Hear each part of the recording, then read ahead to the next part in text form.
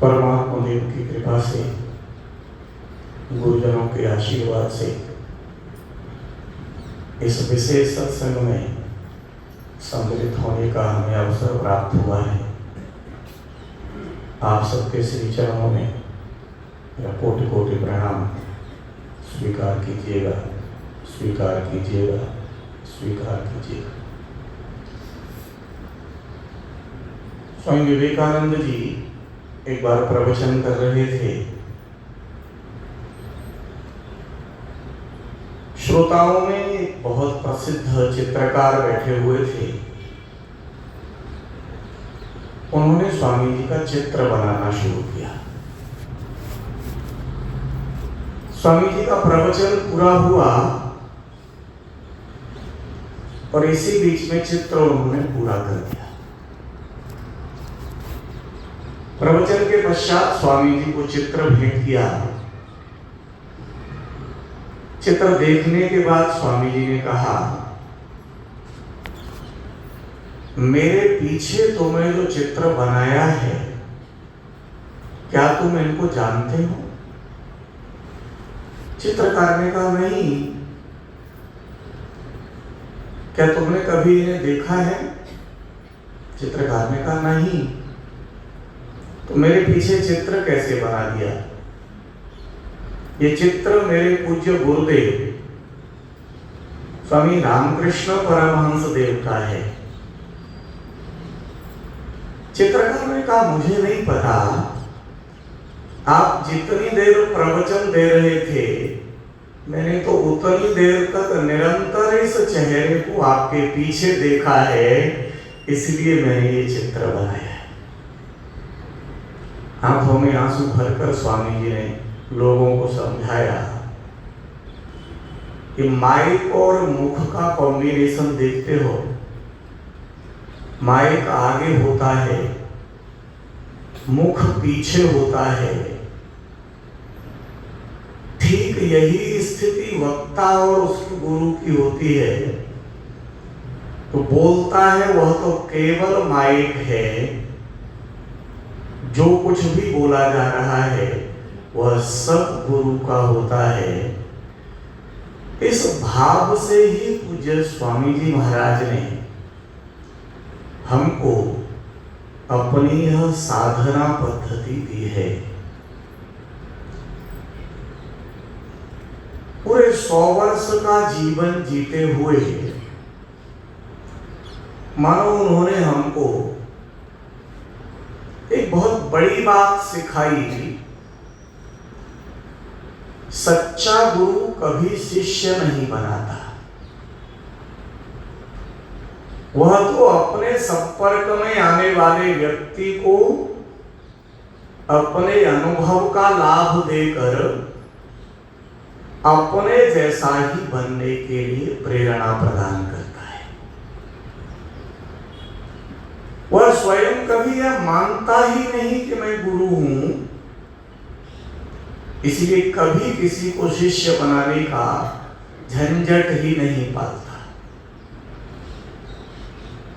स्वामी जी महाराज ने भी इस श्रेष्ठ उपासना पद्धति में जितने लोगों को नामदान दिया, उन सबको अपने जैसा बनने के लिए प्रेरित किया। यही उनकी विशुद्ध वैज्ञानिक प्रामाणिक साधना पद्धति है। अक्षरशः इस पर जो भी चला है उसका जीवन स्वामी जी जिस प्रकार का आध्यात्मिक जीवन बनाना चाहते थे वैसा आध्यात्मिक जीवन बना। पूज्यपाद प्रेम जी महाराज, प्रातः स्मरणीय डॉक्टर विश्वामित्र जी महाराज, इसके जीवंत प्रमाण हैं। जितना विश्वास करके उस साधना पद्धति पर हम चल पड़ते हैं, उतना हम अपने जीवन में उस आध्यात्मिक पथ को तय कर लेते हैं। हमारे विश्वास के ऊपर निर्भर है, रास्ता उन्होंने बताया, तरीका उन्होंने बताया। और आनंददायक यह है, इस जगत और पारलौकिक क्षेत्र को अलग करने की बात करने के स्थान पर, दो नावों की सवारी करने के स्थान पर दोनों नावों को जोड़कर एक कैसे बनाया जा सकता है, उनकी पद्धति की यह सर्वश्रेष्ठ विशेषता है। मुख से राम, हाथ से काम। साधारण से साधारण दिखने वाला व्यक्ति भी जगत में चाहे जितना उलझे रहने वाला व्यक्ति भी, कितना भी व्यस्त रहने वाला व्यक्ति भी इस पद्धति से वैसे ही लाभ प्राप्त कर सकता है जैसे एक सर्वश्रेष्ठ साधक प्राप्त कर सकता है। किसी प्रकार का लिंग भेद नहीं, किसी प्रकार का वर्ण भेद नहीं, किसी प्रकार का आयु भेद नहीं, किसी प्रकार के ज्ञान के स्तर में भेद नहीं। हम जिस स्थिति में हैं वहीं से यात्रा शुरू कर सकते हैं। और गारंटी दी स्वामी जी महाराज ने, इस मंत्र के जाप से निश्चय बने निस्तार। इससे बड़ी गारंटी कोई और संत नहीं दे सकते। गोस्वामी तुलसीदास जी ने दोहावली में एक दोहा लिखा, बिगड़ी जन्म अनेक की, सुधरे अब ही आज। हो ही राम को नाम जपु, तुलसी तज को समाज। स्वामी जी महाराज ने मानो अपनी संपूर्ण उपासना पद्धति में इसको सिद्ध किया है। अनेक जन्म की बिगड़ी हुई सुधर सकती है और इसके लिए जन्म जन्मांतर तक प्रतीक्षा करने की आवश्यकता नहीं है। अब ही, आज, अभी से, यहीं से पूरी सुधर सकती है।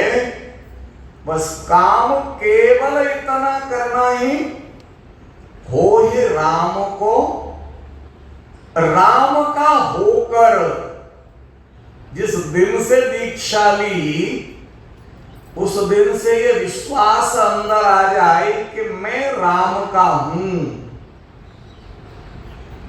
ये विश्वास जैसे ही अंदर आता है तो जीवन पूरा का पूरा परिवर्तित हो जाता है।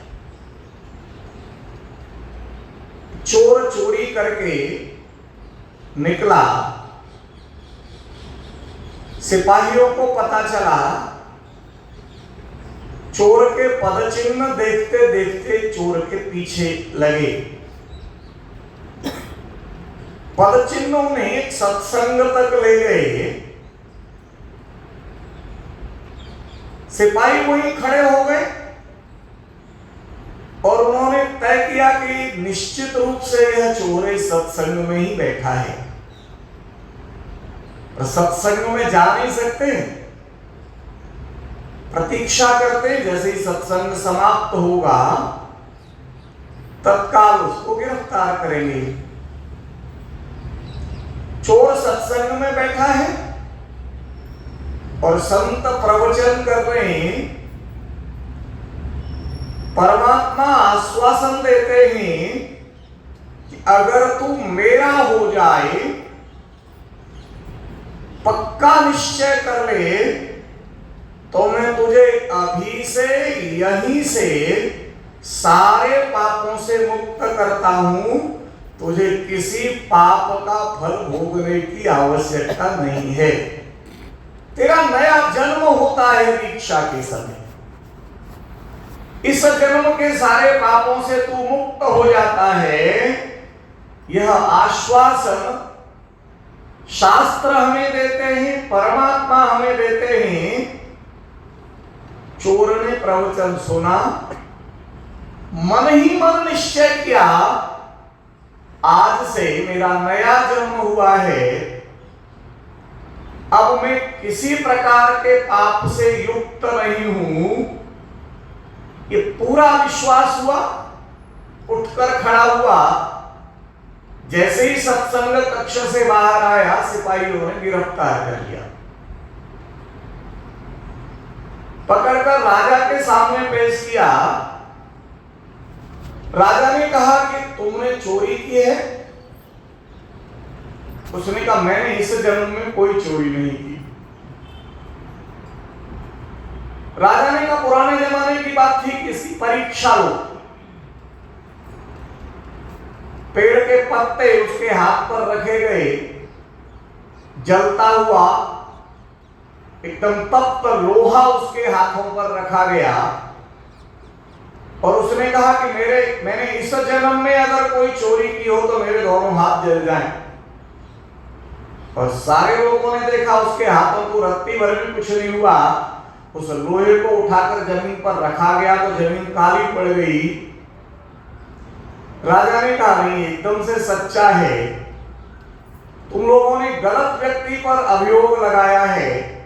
किसी को चोर कहना ये उसके जीवन के लिए बड़ा अभिशाप है।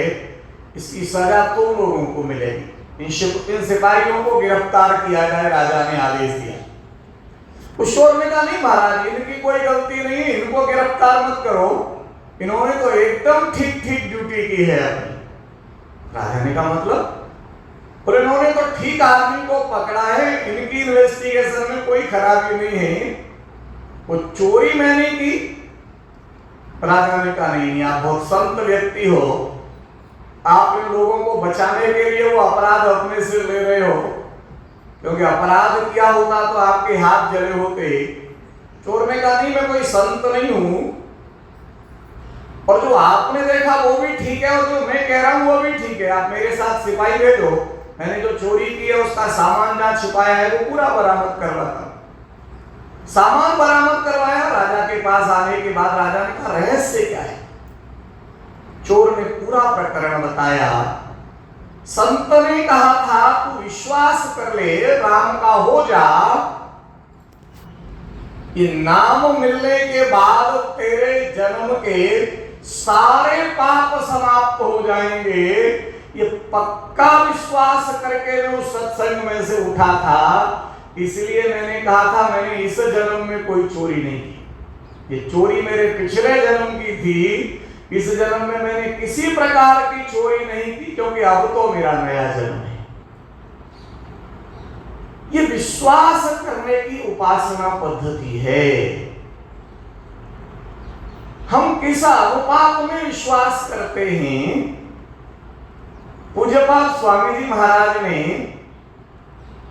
अपने 13 ग्रंथों के माध्यम से विभिन्न स्तर के उपासकों के लिए उसके विभिन्न रूप हमारे समक्ष रखे हैं, क्योंकि सबका स्तर अलग अलग होता है, विश्वास का धरातल भी अलग अलग होता है, कामनाएं भी अलग अलग प्रकार की होती हैं, अंतःकरण की स्थिति भी अलग अलग प्रकार की होती है। उन सबको अपने अपने स्तर से इस उपासना पद्धति के माध्यम से लाभ कैसे प्राप्त हो सकता है? पूज्यपाद स्वामी जी महाराज ने प्रत्येक व्यक्ति के लिए संपूर्ण विधान किया है। महाराज दशरथ जी के यहाँ चारों पुत्रों के नामकरण के लिए वशिष्ठ जी को जब बुलाया गया तो दशरथ जी महाराज ने गुरु जी को प्रणाम करके कहा, धैर्य नाम जो मुनि गुने राखा, इनका नामकरण कीजिए जो आपने अपने मन में चिंतन करके रखा है। क्योंकि गुरु का काम था गुण के आधार पर नामकरण करना। वशिष्ठ जी ने नेत्रों में आंसू भरते हुए कहा, राजन, रघुवंश के सारे बच्चों का नामकरण मैं इसी पद्धति से करता रहा हूं, आपका विश्वास एकदम ठीक है, और आज ये कसौटी मेरे लिए संभव नहीं, क्योंकि अब तक जो जन्म लेते थे वे सारे गुण के अनुसार होते थे, और आपके पुत्र के रूप में जिनका जन्म हुआ है उनके दो स्वरूप हैं।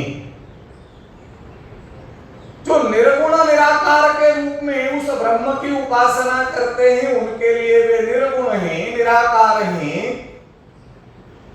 और जो सगुण साकार के रूप में उपासना करते हैं उनके लिए वे सगुण साकार हैं। मेरे लिए दोनों तरह से नामकरण करना संभव नहीं है। जो निर्गुण है उसका नामकरण किसी गुण के आधार पर भला कैसे किया जा सकता है, और अगर वह सगुण है तो सारे गुण उसमें हैं, फिर किसी एक गुण को आधार बनाकर नामकरण कैसे संभव है।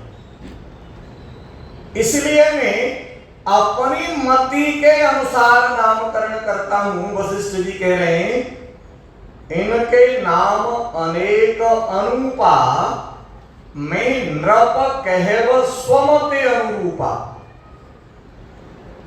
और तब वशिष्ठ जी ने राम का नामकरण किया, जो आनंद सिंधु सुख राशि,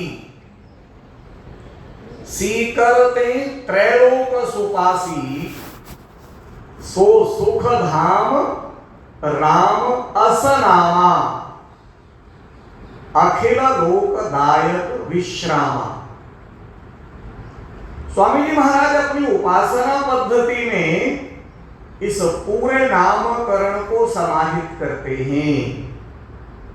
इसलिए उपासना पद्धति का नाम रखा स्वामी जी महाराज ने सगुण निराकार पद्धति। हम अगर संसार में हैं अभी, तो हमको सुख राशि की आवश्यकता है, क्योंकि संसार में व्यक्ति को सुख चाहिए और सुख के लिए राशि चाहिए। सुख थोड़े में पूरा नहीं होता, राशि यानी बड़ी मात्रा, चाहे वो धन की राशि हो, चाहे वो ऐश्वर्य की राशि हो, चाहे वह वैभव की राशि हो, चाहे वह जीवन के अन्य प्रकार की सुविधाओं की राशि हो।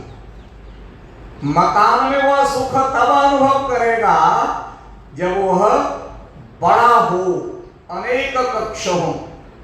गाड़ी में वह सुख तब अनुभव करेगा जब बड़ी हो, उसकी मात्रा ज्यादा हो, संख्या ज्यादा हो। धन में वह तब अनुभव करेगा सुख जब उसकी राशि बड़ी हो। जिसको सुख की राशि चाहिए, तो जगत के लोगों के लिए राम सुख राशि है, और ये राशि इतनी बड़ी है जैसे समुद्र हो सुख का, उसकी एक छोटी बूंद से संपूर्ण त्रिलोक सुख की अनुभूति कर रहा हो। सीकरते त्रैलोक सुपासी, सीकर यानी पानी की सबसे छोटी बूंद, उस सुख सागर की एक छोटी बूंद से ये तीनों लोक सुख की अनुभूति कर रहे हैं, तो जगत में सुख संभव नहीं है। पूज्य महाराज जी ने आज सुबह के प्रवचन में कहा था, कोरे कागज पर लिखवा लो, इस संसार में सुख है ही नहीं। सुख मिलेगा भी तो उस सुख सागर से ही मिलेगा,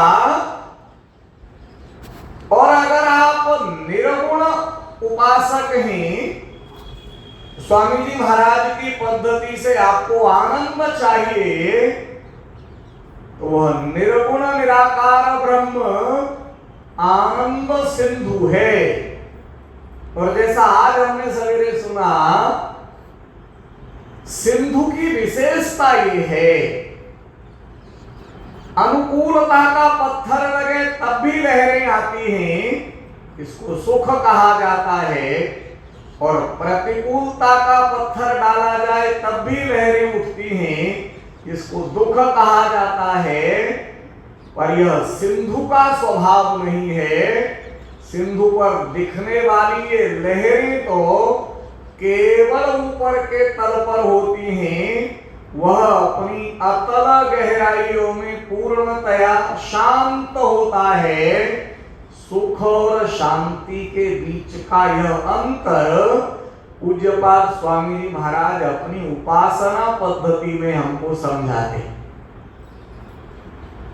रामायण के माध्यम से अपने जीवन को रामायण जैसा बनाने का प्रयत्न करो, अपने घर और परिवार के लोगों के साथ वैसे संबंध रखो जैसे रामायण के पात्रों के बीच ही।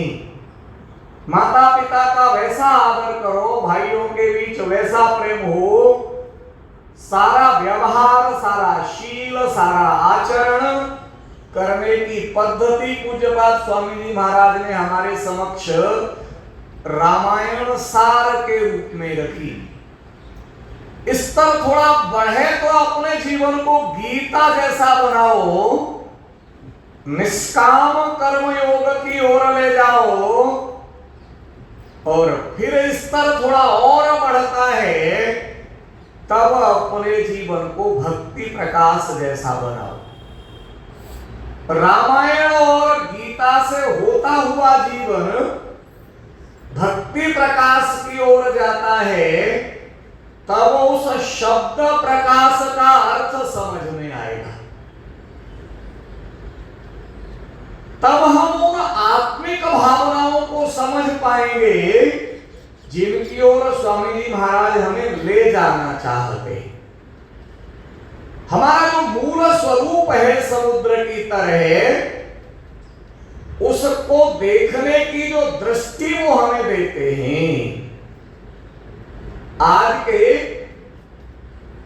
प्रवचन का जो अंतिम भाग हमने सवेरे सुना था, आदि शंकराचार्य जी से साधक का जो प्रश्न था, क्या आपने ब्रह्म को देखा है? और उनका उत्तर था हाँ देखा है। साधक का प्रश्न ही, पर मुझे तो दिखाई नहीं देता। पर महाराज जी ने आज यहां प्रवचन छोड़ा था, आदि शंकराचार्य जी का उत्तर है क्योंकि तेने अभी स्वयं को ही नहीं देखा। जिंदगी भर गैरों से होती रही गुफ्तगू, मगर आज तक हमसे न हमारी मुलाकात हुई। हमसे हमारी मुलाकात कैसे हो? हम अपने उस आत्म स्वरूप का दर्शन कैसे करें? साक्षात हमारा कैसे हो? उसकी पूरी पद्धति स्वामी जी महाराज ने हमारे सामने रखी। अत्यंत सहज और सरल पद्धति रखी। साधना सत्संगों के माध्यम से उसका अभ्यास कराया। दीक्षा के माध्यम से मानो हमको अक्ष प्रदान किए। अक्ष अर्थात नेत्र। रामचरितमानस में नेत्र के लिए दो विशेषण दिए गए, ज्ञान, विराग, नयन, उरगारी। काकुसुंद जी कहते हैं हे गरुण, ज्ञान और वैराग्य ये दो नेत्र होते हैं। केवल इनके माध्यम से अपने आप को जाना जा सकता है। दीक्षा के समय पूज्यपाद स्वामी जी महाराज ज्ञान और वैराग्य इन दो अक्ष को हमें खोलते हैं, इसलिए शब्द प्रयोग किया जाता है अपने यहां, वह रहस्यात्मक पद्धति है। इसलिए हमारे यहां विधान किया स्वामी जी महाराज ने, इसके माध्यम से दी जाएगी वह जीवंत शब्द उस जीवित शाखा के माध्यम से ही लग सकता है। जिसने स्वयं उस अनुभव को किया है, जिसने स्वयं गुरु कृपा प्राप्त की है, उसके माध्यम से ही यह अक्षर गुरु कृपा के रूप में प्रदान किए जा सकते हैं। और जिसको ये अक्षर दे दिए जाते हैं वह हो जाता है दक्ष। तब संसार को उस दृष्टि से नहीं देखता जिस दृष्टि से उससे पूर्व देखता रहा था। तब उसको संसार का सुख और दुख प्रतीत नहीं होता। तब उसको समझ में आता है ये तो केवल मन के खेल हैं, न सुख कुछ है न दुख कुछ है, मैं तो स्वयं आत्म स्वरूप हूं जो सत चित और आनंद से निर्मित है। उस सच्चिदानंद स्वरूप की अनुभूति करता है। और करने का साधन पूज्यपाद स्वामी जी महाराज दीक्षा के अवसर पर बताते हैं, हो ही राम को नाम जपो। राम का होकर उस नाम का जप करना और उस कुसमाज का परित्याग करना, ये जप और ध्यान, इन दो तरीकों को जिसने जीवन में व्यवस्थित रूप से अपना लिया,